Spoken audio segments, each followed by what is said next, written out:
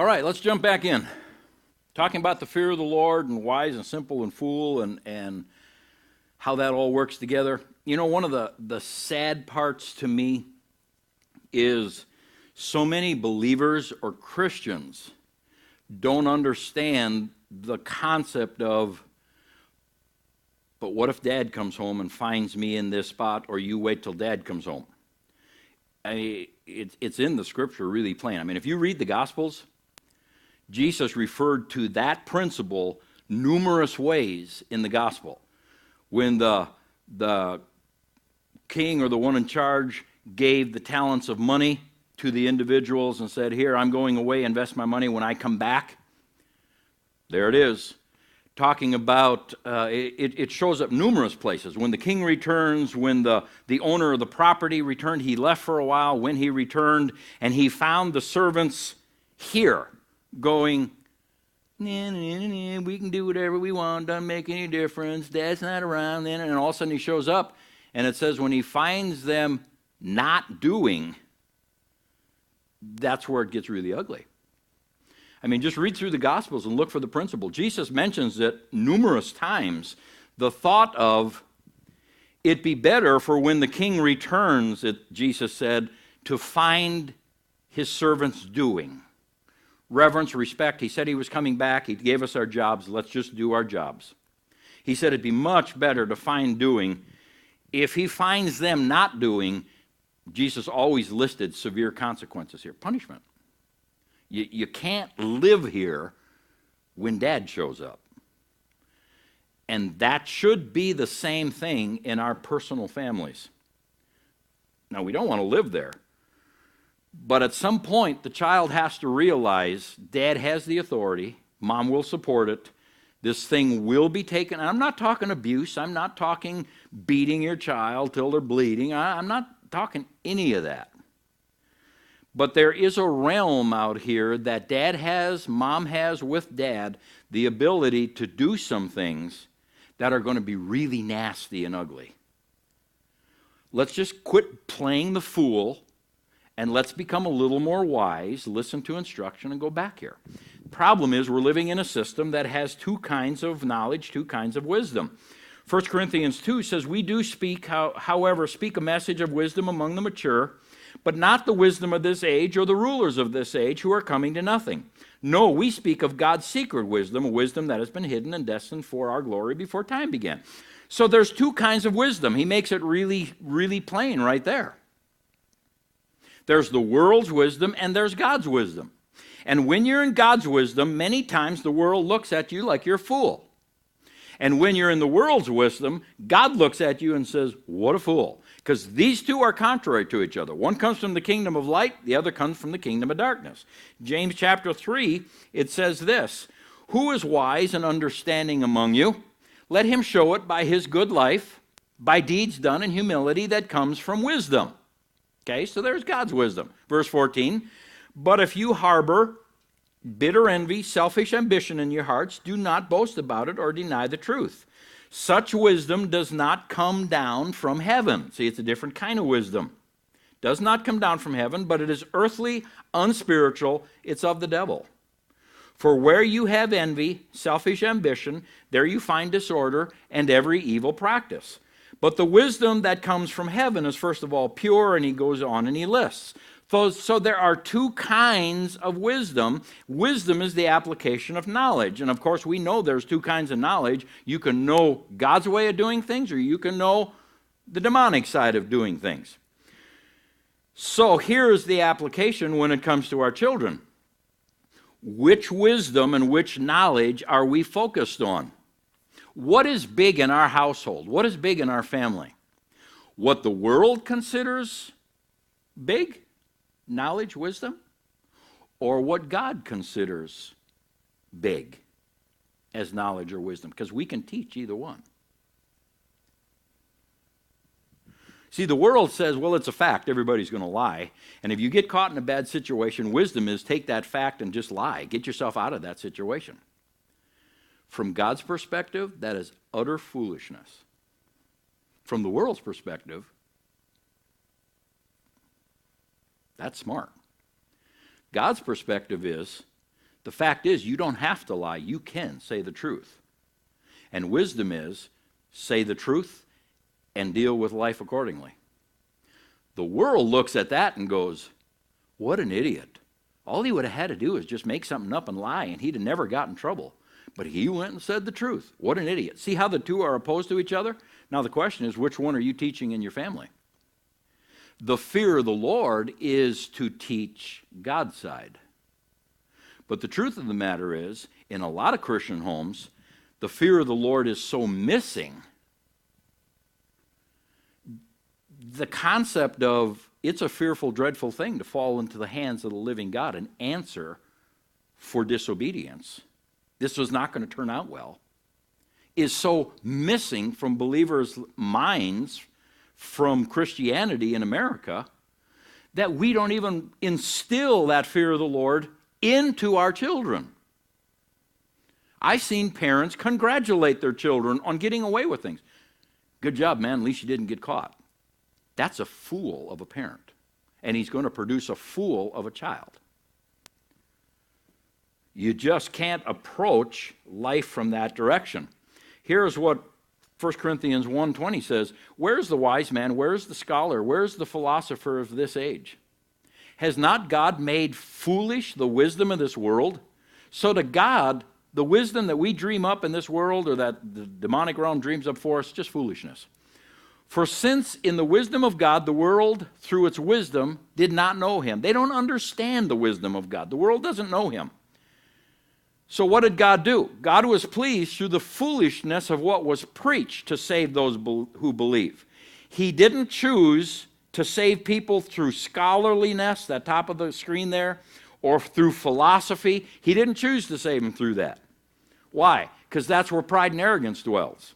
If you're going to get saved, you got to humble yourself. You got to receive salvation, forgiveness of sins from a Savior. You're not going to do that when you're proud and arrogant about how much you know and how much you think you know the facts and how wise you are.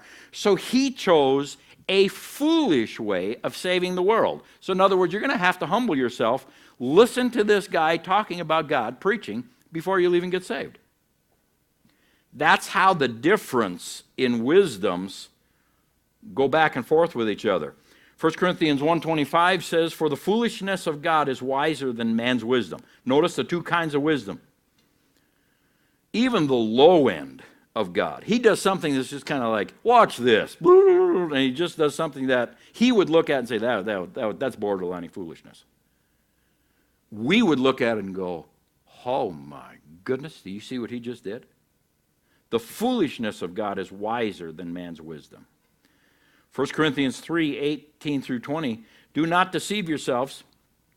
If any of you thinks he is wise by the standards of this age, so in other words, if by the world's standards you're pretty smart, you should really become a fool so that you might really become wise. That's in God's perspective. For the wisdom of this world, the things that they look at and go, we're so wise, it's just foolishness in God's sight. That's why it's written, he catches the wise in their craftiness, and again, the Lord knows the thoughts of the wise and how they're just futile. So that takes us on to, let's talk about the wise, the simple, and the fool. So it's under the series, and it's going to look kind of like this. It's under the series of child instruction, correction, and discipline.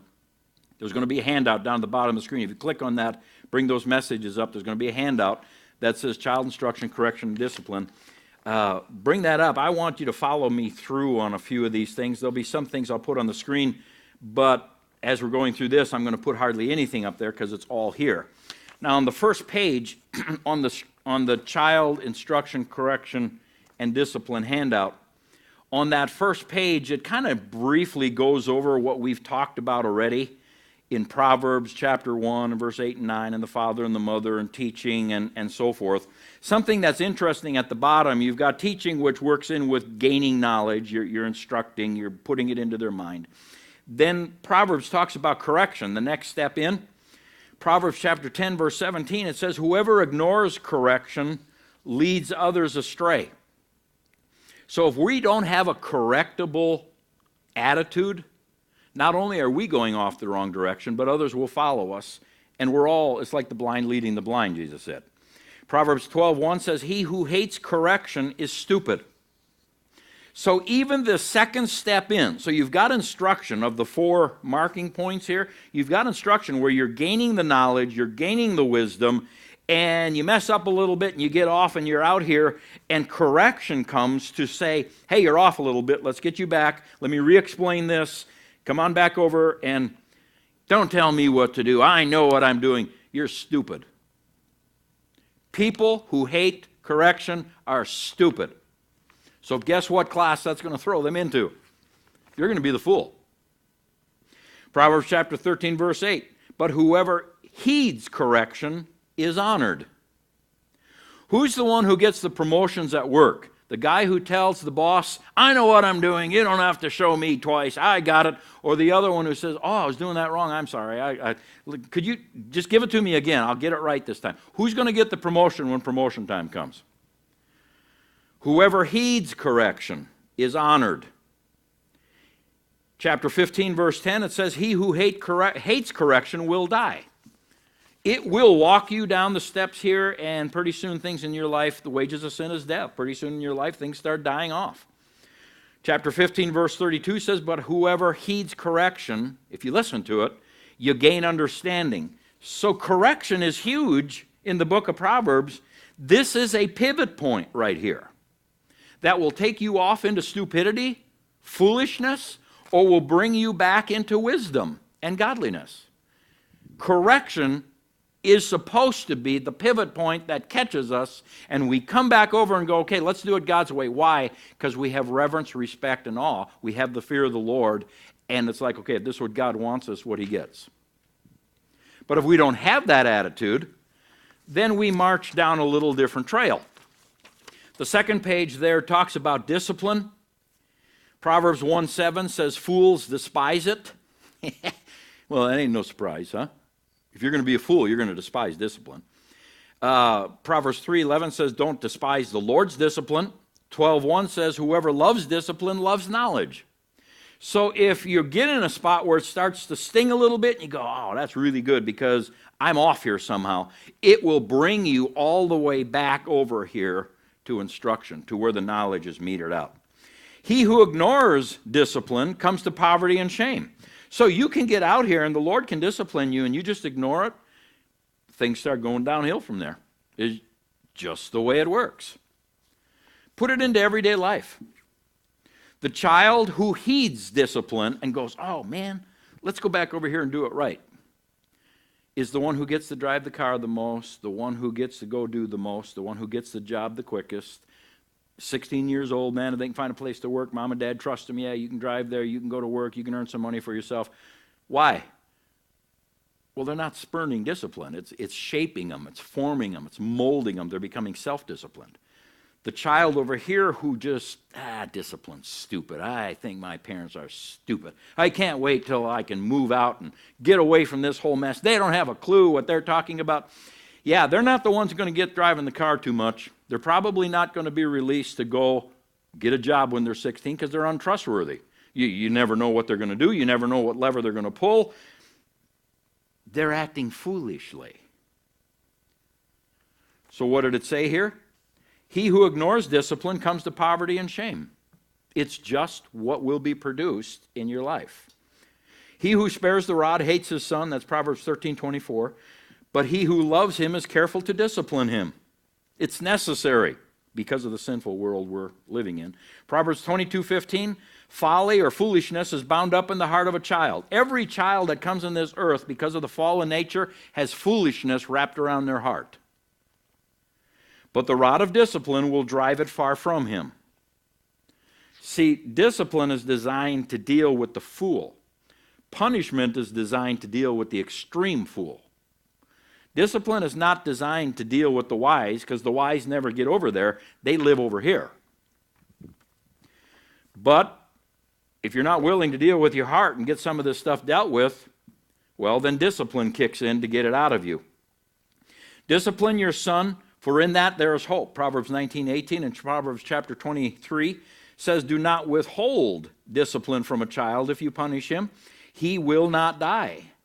Punish him and save his soul from death. So, discipline is very important. It brings us back, both as believers to God and as children to parents. It brings us back. It helps us get self-discipline. It helps us grow in wisdom. It helps us grow in the fear of the Lord. It is a necessary thing because sin has entered the human race. Discipline is necessary for the best of the person. Down at the bottom of that page, number 2, it says, parents will pass on to their child whatever amount of self-discipline they have. And this is important. I can't dwell on it, but it's important. If you have bad eating habits, your child's probably going to have bad eating habits because you're training them. If you have good eating habits, they will do much better. If you exercise, if you have the ability to draw boundaries, if you have, it says cleanliness, if you keep your car clean, if you keep your house clean, your children are going to grow up much more apt to follow that example. The point is this: if you're undisciplined and life just goes to wreck around you, you're going to reproduce that in your child. Parents will pass on to their child whatever amount of self-discipline they have. Side thought on that: leaders are not born leaders, they are trained to be leaders. Here's something we use with our children, and it produced really good fruit. A wise child will always stop to think when they're being pressured by friends or an environment or a group or whatever. A wise child, this is what we're headed for wisdom. A wise child will always stop to think, is this someone or is this a situation I should be leading or I should be following? What is this? They're going to make that decision on fear of the Lord. What's God's opinion of what they're asking me to do? What would God think if I got involved with what they're wanting? Because what he thinks is what I'm going to do. If he's no, then this group is something I need to lead, not follow. If he's yes, that's great. Well, then get in and follow the group and go with it. But a wise person, child, adult, or otherwise, will always ask that question: is this person somebody I should be leading, or is this somebody I should be following? Go to page number 3. That little principle right there that I just gave you, that's a nugget. That if you can impress that into your children, if you can press that into yourself, when opportunities come, stop, check it with the fear of the Lord. What would God think of this? And of course, we're looking at that on the basis of His Word. And I've got my iPad here, but my Bible's in my iPad. We're looking at, well, what would God think of this on the basis of His Word? Because what He wants is what I want. And then on that basis, we either lead this and go a different direction, or we follow it and follow back in. So page number 3, simple. 3 types of people in Proverbs. You've got the simple, the fool, and the wise. I have a few of the scriptures there for the simple, not all of them. You can look them up in a concordance. I have some of them there for fool. I don't have all of them, but again, you can look them up. For the wise, I have a whole bunch of them because that's where we want to go. So let's look at these a little bit. A simple person is a person lacking knowledge. They just don't know. Doesn't mean they're evil, doesn't mean they're bad. They just don't know. They don't have the tools to make the decision. Proverbs 1:22 says, how long will you simple ones love your simple ways? In other words, you going to stay simple forever? Come on, let's get moving. Chapter 1, verse 32 says, the waywardness of the simple will kill them. Waywardness means they don't know what to do, so they're just kind of wandering. I'll go this way for a while, and then I'll go that way for a while. It's going to kill you. You got to make up your mind. You got to make a choice here, and hopefully it's a wise one. Chapter 8, verse 5 says, you who are simple gain prudence. Grow in this thing. 9, verse 1 through 6, that whole section basically summarizes, says, leave your simple ways. In other words, if you don't know, get some prudence, leave simple town, and let's get moving towards wisdom, hopefully not foolishness, but learn some things here, get moving. Chapter 14, verse 15 says, a simple man believes anything, which is absolutely true because he doesn't know what to believe. He's simple. He doesn't have the knowledge, the tools, the skills. Chapter 21, verse 11 says the simple need to gain wisdom. It goes on and says, this is kind of funny, in chapter 19, verse 25, it says, if you smite a scorner, the simple will beware. So in other words, if you've got a fool, because a scorner falls in the fool category, if you've got a fool and you punish them, the simple will look in on that and go, yeah, I probably shouldn't do that. So it actually helped the simple person to watch the fool not get away with his foolishness. Then in chapter 20, verse 11, it says, so if you're simple, gain wisdom, because when a scorner is punished, it will encourage the simple to gain wisdom. So again, the whole idea is sometimes it's good for people in the company to see someone get fired for being a fool, because then they'll go, oh, that's what happens when you do that. Okay, I'm not going to do that. They actually gain some wisdom by looking in and watching a fool or a scorner be dealt with. So what is a fool? Page 3. A fool is a person who has been instructed and given knowledge, but they refuse to submit to what they know. Fools look at current satisfaction or reward. What will it do for me right now? They never look out into the end result. If they actually do look out to the end result and go, yeah, this is going to be really fun right now. When I get caught, it's going to be hell to pay, but right now it's going to be fun, so I'm going to do it anyway. If they actually have the ability to look out and still choose to do it, now they're a real fool. I mean, that's like, mark it down. You've got an example there of a fool. Psalms chapter 14, verse 1 says, the fool says in his heart, there is no God. Well, there you go. So I don't care who the philosopher is. I don't care who the mathematician is. I don't care who the scholar is. Anybody who says there is no God, from God's perspective, that man's a fool. I don't care how wise he is in earthly wisdom standards. From God's perspective, if he doesn't even have the bottom foundation laid of, okay, there is a God, that means I probably need to deal with this relationship thing here, and if he hasn't even laid that, he's a fool. That's how God views it. Doesn't make any difference, because, and I say that to say this. We tend to look at people on this earth and, oh, they're so smart and they can talk 5 languages and they have 3 PhDs and wow, they invented this. And they don't believe there's a God. Yeah, they're a fool. I don't care what their earthly credentials are. Until you believe there's a God, you're in the fool class. God's not going to be impressed with your PhDs when you stand in front of him. And how much you invented and how scholarly or philosophical, they're not going to impress God at all. When you stand in front of him, he can call you a fool. You were a fool. You never believed I even existed, and here I am, here you stand, you fool. I just say that to give a reality check on, we tend to get wrapped up in the world's wisdom and ignore God's. Proverbs 22:15 says, folly is bound in the heart. That's important. Foolishness is not just a choice that's bad. Foolishness comes from the core of the person. And it says it more than once. Foolishness is bound up in the heart. This is a heart issue. Foolishness is a heart issue. Well, why can't they make the right choice? They have a heart problem. A deep-seated inner man or woman problem. It's not just as simple as, well, here's right, here's what's wrong, and they're always doing what's wrong. I mean, what a fool. Why don't they just make the right choice? Because the foolishness that you're watching them exhibit isn't a head problem, it's a heart problem. And until God can get into their heart and start cleaning and changing and renovating it, they're going to keep making foolish choices, because foolishness is a heart problem. Remember that. So if you've got a foolish child in your home, you will never instruct them out of it.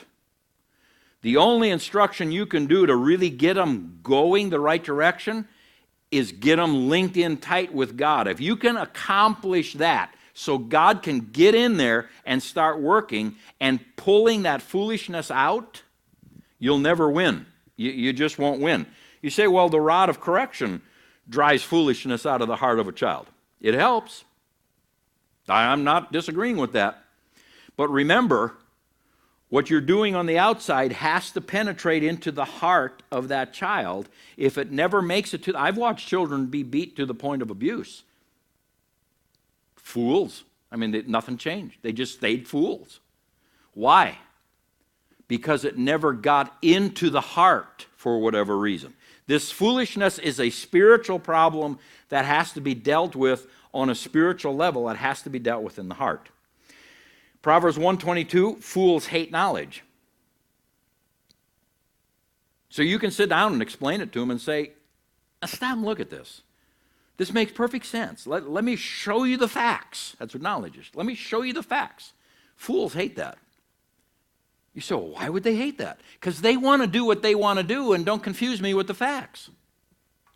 I don't care what the facts are. I want to do what I want to do. So I hate all this stuff you're bringing up, because see, in reality, they're looking at it and going, yeah, I probably shouldn't be doing this, but they want to do this. It's a heart problem, so they don't even want to hear the knowledge. Chapter 1, verse 32 says, the complacency of a fool will destroy them. Some fools are very complacent, or another place it's going to say lazy. Fools can be lazy. Not everybody who's a fool is lazy, but some are. The chattering fool comes to ruin. Proverbs chapter 10, verse 8. Some fools can't keep their mouth shut. Chattering means they just say way too much at the wrong times, giving the wrong information. Not every fool does that, but the chattering fool does. They just don't know when to shut their mouth. They just go on.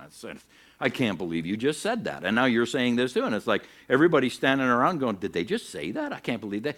That's a fool. It's a chattering fool. What's the result of that? They're going to come to ruin. Nobody likes to be around a chattering fool except to use him for a good laugh, a comedian. You know? You hear what they just said? That's just... But when it comes to actually moving forward in life, nobody's going to link up with a chattering fool. You know why? Because they're afraid you're going to chatter about me and about our business and about our business venture. It's going to bring you to ruin. Fools spread slander, chapter 10, verse 18 of Proverbs. So they don't really watch what they say. Chapter 10, verse 23 says, a fool finds pleasure in evil conduct. Notice that. That's back to that foolishness is bound up in the heart. Fools find pleasure in evil conduct. They're so hard or calloused in their heart, the consequences of what they're doing that is evil, man, the gain is going to be worth the pain. Because if I don't get caught, there won't be any pain at all. You know, if I get by, well, as long as I don't get caught, I'm good. You know, how many times have you heard a fool say that? Well, I didn't get caught. Everything's good. Yeah, you're a fool. A fool finds pleasure in evil conduct. When someone's enticing you, Proverbs talks about this a lot in chapter 3 and 4. When someone's enticing you, let's go do this, let's go do that, and it's wrong, you're talking to a fool. They find pleasure in doing something evil. It's going to be funny, it's going to be great, it's going to be so exciting. You're talking to a fool. Ask yourself the question, is this someone I should follow or is this someone I should be leading? Well, that one's easy. You should be leading them because they're a fool. What would God think of this? Don't follow them. It's not going to turn out good. Chapter 12, verse 15, the way of a fool seems right to him. Ain't that the truth? You can talk to him and say, hey, you shouldn't do that. Oh, it'll be okay. You know, seems right to him. Chapter 12, verse 16, a fool shows his annoyance at once. People who can't hide their feelings very well, it's written all over them. They're annoyed with you. They're annoyed with your ideas. You could be dealing with a fool. Because a fool shows his annoyance real quickly. Fools mock at making amends for sin. Chapter 14, verse number 9. You know, we should really go back and fix that. When we lived in Colorado, they had a thing where they drive along and any mailboxes that were out in front of your residences, they take a bat and they drive along and they beat these destroy the mailboxes. Well, if someone is actually doing that and then their buddy starts feeling bad the next day and says, you know what, we shouldn't have done that. We should go back and fix that. A fool will mock at that. Go back and fix that. We ain't going back. I don't know. That was hilarious. That was fun. Blah, blah, blah, blah. One of our neighbors got upset with it. Our mailbox never got knocked, but there was 2 in a row, and ours was the second one, so the first one would always get hit. And one of the neighbors had the same problem, and they had too many mailboxes destroyed. So what they did, this is just kind of a funny little story. What they did is they took a small mailbox and a large mailbox, and they slid the small one into the large one, and they set it up an end, and they filled around that small one inside the large one, they filled it with cement. So when it was done, it looked like a big mailbox there, and when you'd open the door for the big mailbox, all you'd see is the little opening of the small mailbox inside of it, and the rest was cement. I don't know how the story came back. I don't know how it found out, but here these young people come along with their bat, and they're going to kill that mailbox again. And they hit this mailbox that was full of cement, and it came bouncing back and broke a window in the car, and kind of funny. It's just characteristics of fools. I mean, it's their way of thinking. It's bound up in their heart. Chapter 14, verse 16 of Proverbs, a fool is hot-headed and reckless. They got quick temper, they're reckless, they do goofy things. Chapter 17, verse 16, what use is money in the hand of a fool? You say, well, why? Because they can't control money. It's no use to them. You put it in their hand and it's gone. Verse 20 of chapter 21 goes with the same thought. A foolish man devours all he has. It's just gone. They can't hang on to it. Why? Because there's foolishness bound up in them. Ecclesiastes 4:5 says, a fool folds his hands and ruins himself. They're again speaking of laziness. Some fools are just lazy. And chapter 10, verse 3 of Ecclesiastes says, a fool lacks sense. Well, another way to say that is a fool lacks wisdom, which I guess that's not a revelation for all of us who have known people like this. This is a heart problem. This is a spiritual problem. And it will lead to destruction. It will lead to discipline and punishment. If you don't do it as parents, if you don't deal with them spiritually, if you don't get their heart changed and get them on track with God and make it a huge priority, discipline and punishment will come in society. A fool will end up in jail. A fool will end up paying huge fines. A fool will end up losing their home because of bad financial decisions or gambling or otherwise. A fool will end up in prison. They will get disciplined and punished because society won't put up with a fool. They'll only let a fool go so far, and if they catch them, and that's the key, if they catch them, and that's part of the thrill, I guess, of being a fool, as long as they don't catch me. Yeah, it's a fool talking. So what is a wise person? It's a person who is self-disciplined enough, this is the bottom of page 3, to look ahead and see the end result of situations and make a positive choice of action. Page 4, I got a whole list of scriptures here. The whole page is full of it. I don't know if we'll get them all covered, but let's jump in. What are characteristics of being wise? Wise people listen and learn. Chapter 1, verse 5 of Proverbs. Wise people listen and learn. So wisdom dwells over here in the instruction correction realm, specifically the instruction realm. It doesn't make any difference who you are, how old you are, what you've accomplished in life. If you're wise, I learned this early on. Some elderly people that I knew would mock or scoff anything that a teenager or young 20s would say. They don't know nothing. I'm 73 years old, and I've been around the track a time or two. They don't know nothing what they're talking about. It's a fool talking. You can be an old fool. You don't have to be young to be a fool. You can be an old fool.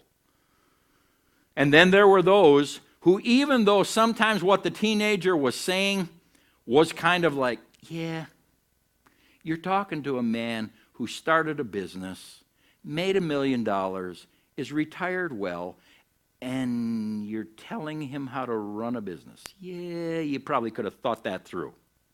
But even in that, I'd watch these people who had done something in life actually stand and listen. And it's like, you're listening to him. And he's obviously wrong, but you're listening to him. And one guy, I remember asking him afterwards, after the conversation was over and everybody dispersed, I kind of snuck in there and said, "What do you think of what he had to say?" "Yeah, I don't necessarily agree with it," he said, "but this is my philosophy. You never know who I'm going to learn something from." That's a wise man. Wise people listen and learn. Never know who somebody could bring something up. I never thought of it that way before, and I could learn something. That's wisdom talking. Chapter 3, verse 7, wise people don't become arrogant. Why? Because they've probably done it a time or two and they realize it doesn't go anywhere. That's good. So wisdom will help you keep a handle on pride and arrogance because it always produces bad in the end. Chapter 3, verse 35, wise inherit honor and glory. People recognize wisdom. Companies, society recognizes wisdom and they will honor it. It just goes with it. Chapter 6, verse 6 of Proverbs says, laziness and wisdom don't go together. And you find another verse saying that in chapter 10, verse 5 of Proverbs. These are all coming out of Proverbs here. Laziness and wisdom don't go together. Laziness and foolishness go together. We read some scriptures, two of them, dealing with a fool can be lazy. You will never find where a wise person is a lazy person. Yeah, that one's easy to make an application on. Foolish people can be lazy people, or lazy people are fools.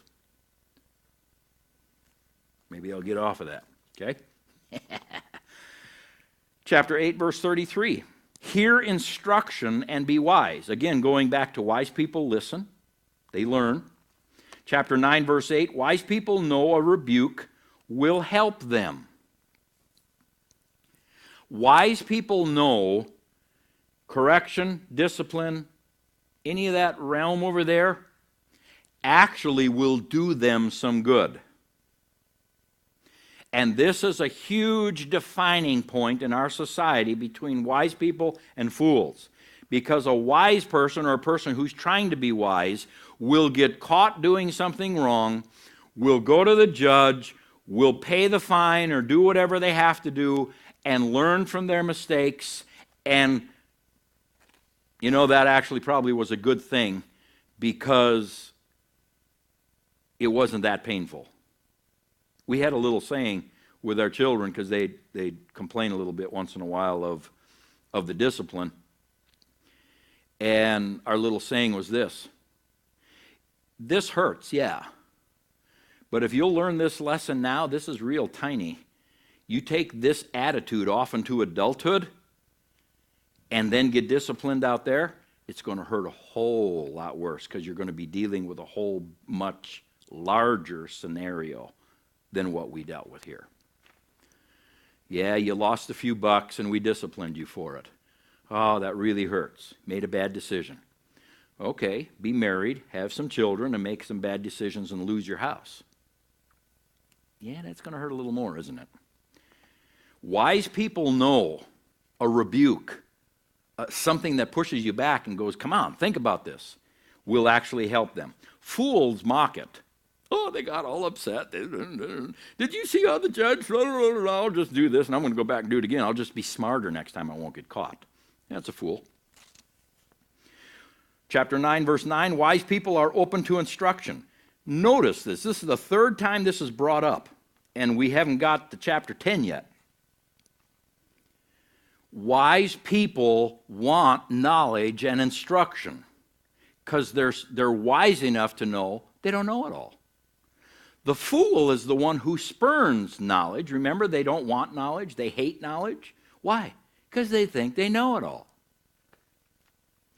That's why in our teens, when we thought we were so smart and we knew it all, we were actually acting like fools.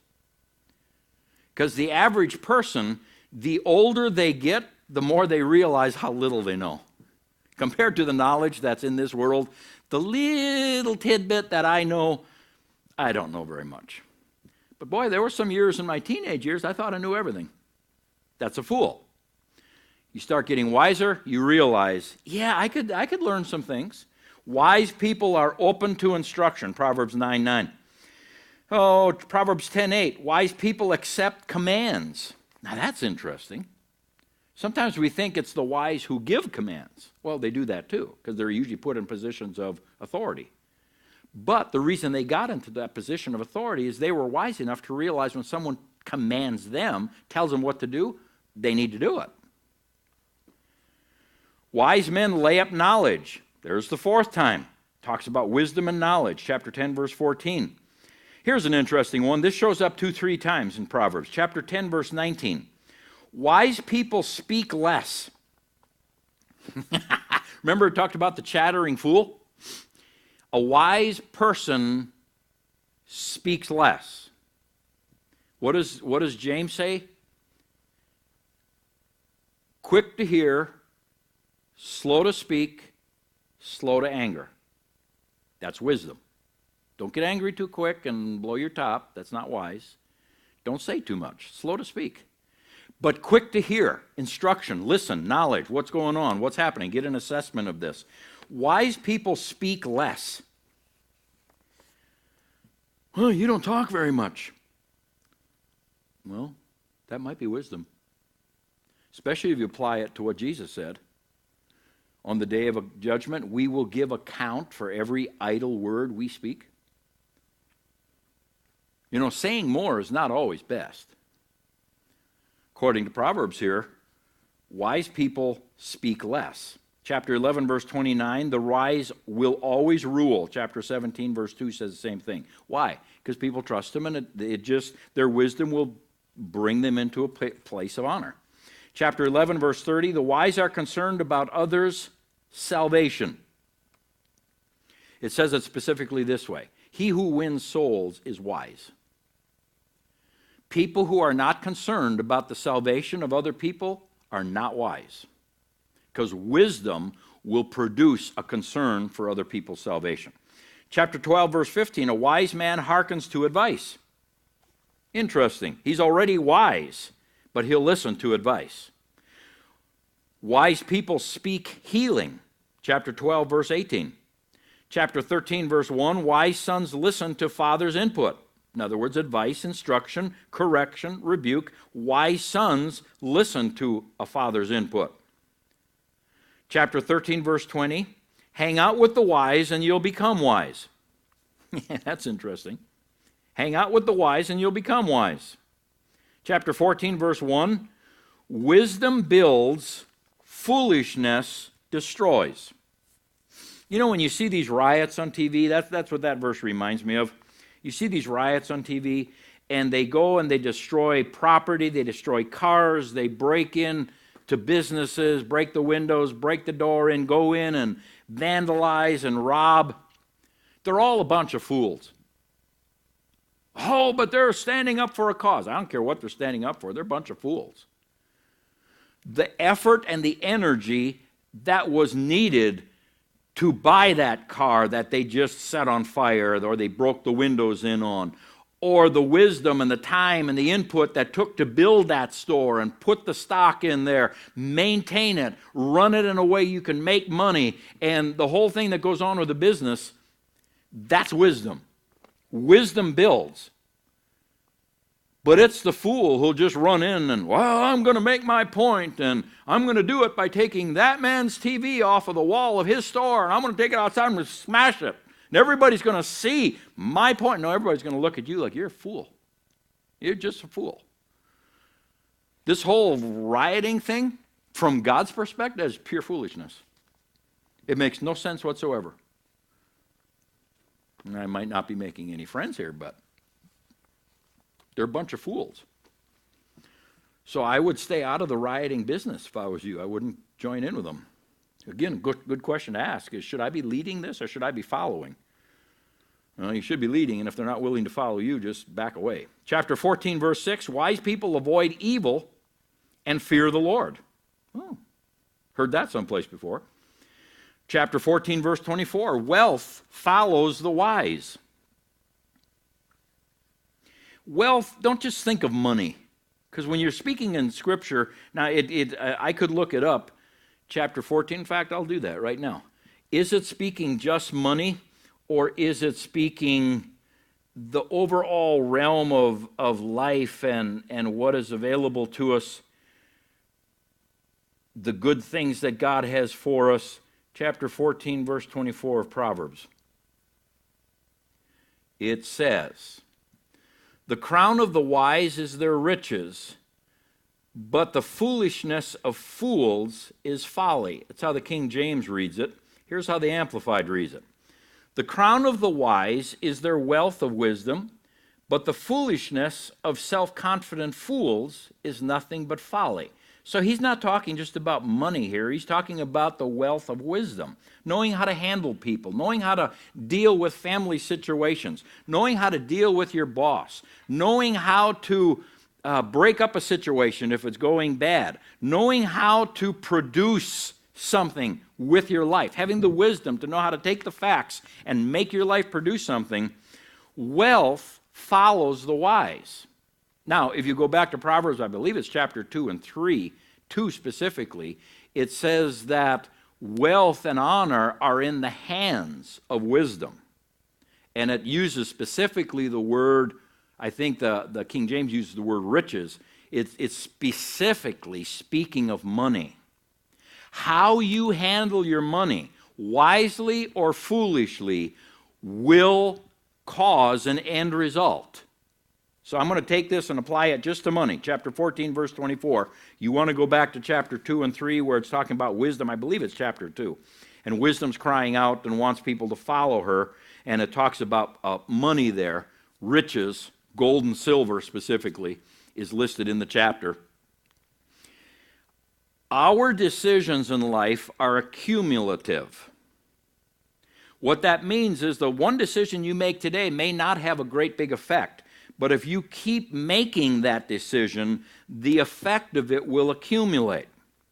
And a lot of times people don't understand that when it comes to everything in life, specifically money. If you have a habit of, I used this one, I had an individual who was struggling financially.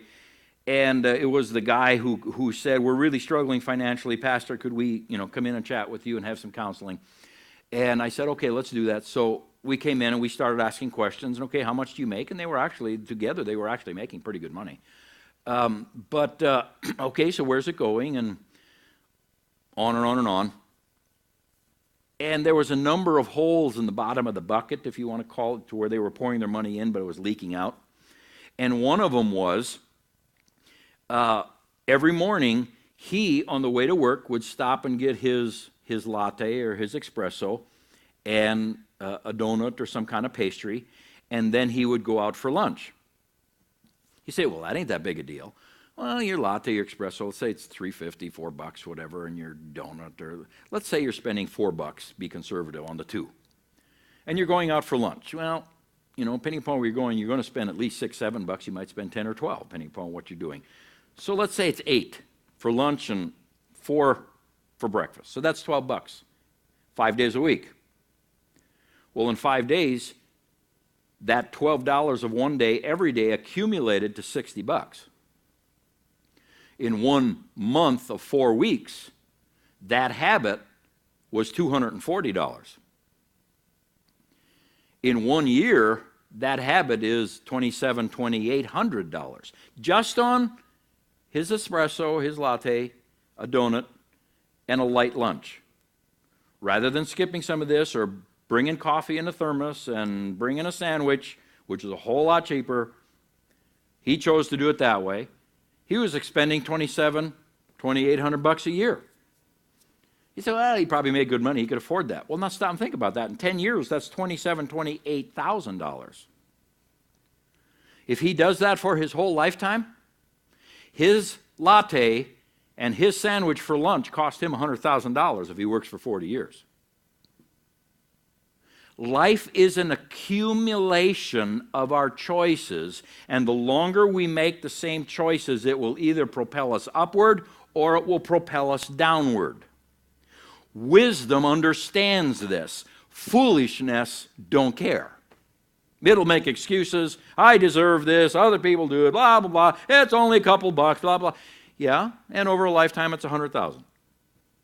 Yeah, we always have it hard financially. I don't understand why, because you're being a fool. That's why. Fools don't handle money well. Wise people have learned some of these principles and handle money a lot better. All right, we're almost done here. That was chapter 14, verse 24 of Proverbs. Let me just hit some of these really quick, and then we'll sum this up. Wise people command knowledge. Again, wisdom and knowledge going together. Wise people spread knowledge. Again, wisdom and knowledge going together. The life of the wise continually grows better. Chapter 15, verse 24. So if we're handling ourselves wisely, year after year, it should be getting better for us. Wise people listen to life-giving rebukes. Wise people know how to work with angry people. Wise people watch what they say and they speak instruction. So there again, watching what you say. Chapter 17, verse 28, this is good. Wise people know how to be silent. It shows up. When you're wise, you just watch what you say. You don't talk too much. Here's one I want to point out. Chapter 19, verse 20 again. Wise listen to advice and accept instructions. Listen to this one. Chapter 20, let me go there and I'll read this to you. Chapter 20, verse number 1. Here is what it says. I'll read you the NIV. Wine is a mocker and beer is a brawler. Whoever is led astray by them is not wise. I have it written here. Alcohol drinkers are not wise. Now, that might, if you're an alcohol drinker, you might not get all excited about that.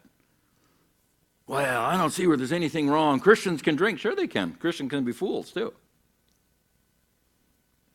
Because he just flat out said, wine is a mocker, beer is a brawler, and whoever led astray by them gets involved with them. They're going to lead you someplace. Is not wise. I probably don't even have to apply that. You can make your own application there. Wise people prosper and know how to save financially. Chapter 21, verse 20. Don't be wise in your own opinion, second from the bottom. Chapter 29, verse 11. Wise people control their anger and watch what they say. All kinds of scripture on it. And then you've got respect, reverence, and awe on the next page, and then some application on that, page number 6. So it's dealing with what is it like to be wise? And again, we have to ask the question, wise in whose opinion? God's or the world's? I could go into this book, it's really good, The Fear of the Lord, on laying out a lot of thinking and how people think and why they think. There's a whole section here on child discipline. And there's a chart built on Scripture of how a child is going awry or how you build them back up. It's really good. It's a good series. If you're interested, you should listen to it. But the question we have to ask is, wise in whose opinion? Our godly fear is to create knowledge and wisdom that the rest of our life on earth should stand on. Now, after we've gone through all this, that should make more sense. I said that toward the beginning. Our godly fear should get us thinking in a way that the rest of our life builds on that thinking. Godly fear is to create knowledge and wisdom that the rest of our life is to stand upon. Another way of saying it, what God thinks about anything and everything, what He thinks about it, should be the starting point, the foundation for all our thoughts, our plans, our words, our actions. Where He starts, we should start. All facts should be measured against that. Every application of what we do should be measured against what does God think about this? How does He view it? The fear of God will create true wisdom and knowledge in our lives because it causes us to think different. And the rule of thumb is this: if we're not hating evil, we're probably not wise. We're probably foolish. If evil is something that intrigues us, evil is something that we enjoy, evil is something that, I probably shouldn't do it, but as long as I don't get caught, that's a fool talking. So it's really a rule of thumb you can check yourself by. Do you hate evil? I mean, it's something inside of you should go, I just hate evil. There's times my wife and I will say, this world's just a nasty place to live. I know we're here for a purpose. I know we're here on assignment, and we're supposed to get things done, but this is a nasty place to live because it is so full of evil. That comes from the fear of the Lord. The fear of the Lord is to hate evil.